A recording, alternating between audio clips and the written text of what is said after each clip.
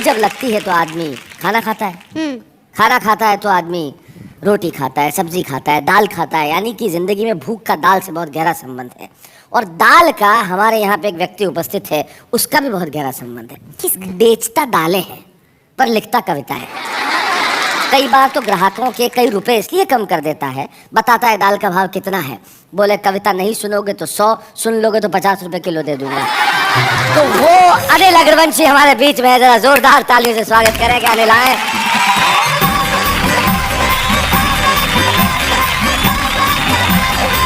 मैं तो बहुत देर से इंतजार कर रहा था, आप मेरे को कब उठाओगे। तो मेरा तो दम घुट गया इन दोनों के बीच में। अब सांस आया मेरे को भाई साहब। और दालों की बात बताई शैलेश जी ने, कई बार बड़ी दिक्कत का सामना करना पड़ जाता रसिक जी।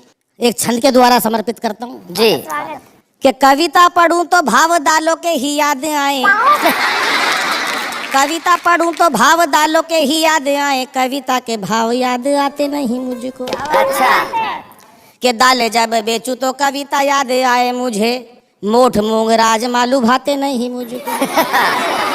कि ग्राहक सारे जानते हैं देश का बड़ा कवि हूँ। अच्छा ग्राहक सारे जानते हैं देश का बड़ा कवि हूँ, दाले वो खरीद के सताते नहीं मुझको। कि दाल के व्यापारी को कविता से क्या लेना देना, आयोजक ये सोच के बुलाते नहीं मुझको। और वावा का धन्यवाद करता हूँ कि वावा ने हमें बुलाया है। कुल मिला के यहाँ आपकी दाल गल गई। क्या बात है, वाह वाह अनिल जी, बहुत अच्छे, बहुत बढ़िया। बहुत सुंदर जोड़ी शैलेश जी की और आपकी लग रही है साहब। जोड़ियाँ तो आपने ये भी निश्चित करी थी, भाई साहब ये जोड़ी बिल्कुल नहीं मिल रही है। तो छंद द्वारा बताता हूँ आपको जी कि दो दिलों का योग का हो चाहे संजोग का हो, राम जी ने कैसी कैसी जोड़ियाँ बनाई है। कि मेल अनमेल कहीं हुई रे लंपेल कहीं, एक दूजे संग कैसी कुंडली मिलाई है। क्या बात। कई बार ऐसी स्थिति हो जाती है कि जुल्फे घटाओ जैसी पत्नी की देखी कभी पति जी का सर जैसे चांद की गोलाई है। और भोर जैसा उजला कलर पत्नी का देखा, पति ऐसा देखा जैसे रात की सिहाई है। बहुत मोटी महिला अपने मरियल से पति को ले गई टैटू वाले के पास। बोली भाई साहब इसके हाथ पे शेर बना दो। टैटू वाले ने पूरी फिगर देखी, 40 किलो का पति। बोला बहन जी इस पे सांप बनेगा। और सांप भी फन वाला नहीं बनेगा, उसकी गुंजाइश नहीं है, पड़ा हुआ ही बनेगा। और बोली मेरे हाथ पे, बोली आप तो चाहे डायनासोर बना लो। तो भाई साहब जोड़ियों का हिसाब ऐसा ऐसा हो जाता है और बहुत ऊंचाइयों तक ये हमारा वाह वाह गया है। मेरे को तो एक घटना याद आती है शैलेश जी। गांव का एक व्यक्ति भाई साहब उसने हेलीकॉप्टर चलाना सीख लिया। अच्छा उसके घर वालों ने कहा यार हेलीकॉप्टर की सैर करा दे। बोला नहीं शोर मचाओगे। बोला क्यों शोर मचाएंगे, बैठा ले। उसने पूरा परिवार हेलीकॉप्टर में बैठा लिया। हेलीकॉप्टर काफी ऊंचाइयों तक चला गया, कोई नहीं बोला रास्ते में। उसने मना कर रखी थी, पीछे मुड़ के देखा सब नाराज हुए पड़े हैं। उसने कहा कोई कुछ तो बोलो, कोई नहीं बोला। उसने अपनी माँ से कहा माँ तू ही कुछ बोल। उसकी माँ बोली बेटा मैं अब क्या बोलूं, मैं तो जब ही नहीं बोली जब तेरा बाप नीचे गिर गया था।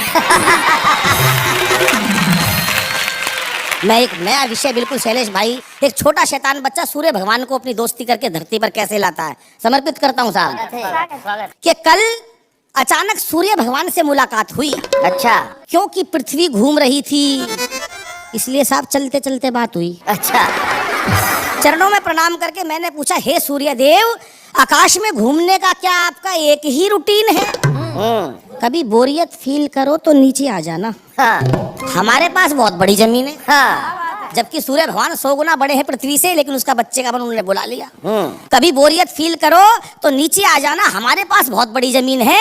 अभी पिछले दिनों आमिर खान भी तारे जमी पे लाए थे। अच्छा शायद रात का समय रहा होगा इसलिए भगवान आपको वहीं छोड़ आए थे।